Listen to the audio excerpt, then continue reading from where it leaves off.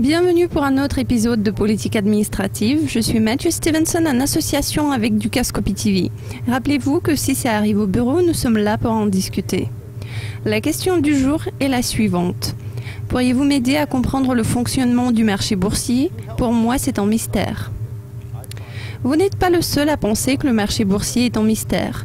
Les personnes qui travaillent sur le marché depuis 34 ans à Wall Street, à Londres, à Francfort et à Hong Kong pensent probablement la même chose. Pourquoi est-ce comme ça? Il y a beaucoup de chiffres, de nombreuses entreprises et de nombreuses actualités à suivre. Vous pouvez les suivre avec nous sur Dukascopy TV. Le marché boursier est vraiment très difficile à comprendre, mais nous allons essayer de l'expliquer d'une manière qui nous semble la plus logique. D'abord, le marché boursier est un endroit où l'on peut évaluer les entreprises en temps réel.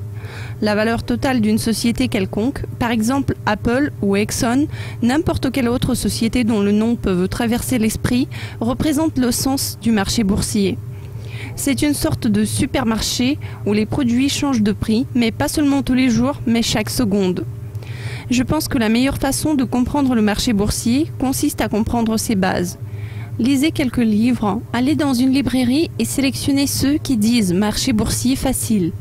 Visitez le marché boursier et apprenez son langage spécifique que tous les participants de ce marché maîtrisent. Par exemple, le ratio cours-bénéfice, qui est le ratio commun sur les marchés financiers, qui est l'indicateur essentiel permettant de comprendre comment une entreprise est évaluée. Sa valeur peut être 10 fois supérieure à ses revenus.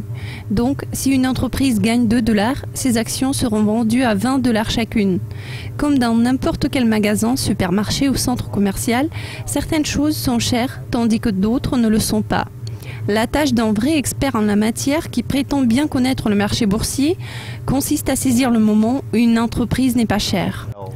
En l'occurrence, on peut constater que les stocks pétroliers ne sont pas chers du tout en ce moment parce que, comme nous le savons tous, le pétrole n'est pas cher.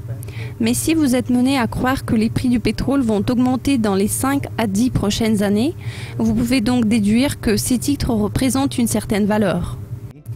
Une autre façon d'envisager le marché boursier est de considérer qu'il sert à peser le sentiment envers une économie. Mais c'est le sujet qu'on va aborder dans un autre épisode de notre émission. Alors, notre temps touche à sa fin.